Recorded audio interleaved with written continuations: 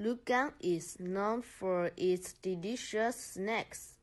Today, we will introduce 3 famous delicious beef, tongue, pastry, roasted wheat flour, and Taiwanese vermicelli. Firstly, the beef tongue pastry in Lugang is distinctly thick and has a satisfying texture. It is crispy on the outside and soft on the inside. One place is usually enough to make you feel full. Next, let's take a look at roasted wheat flour.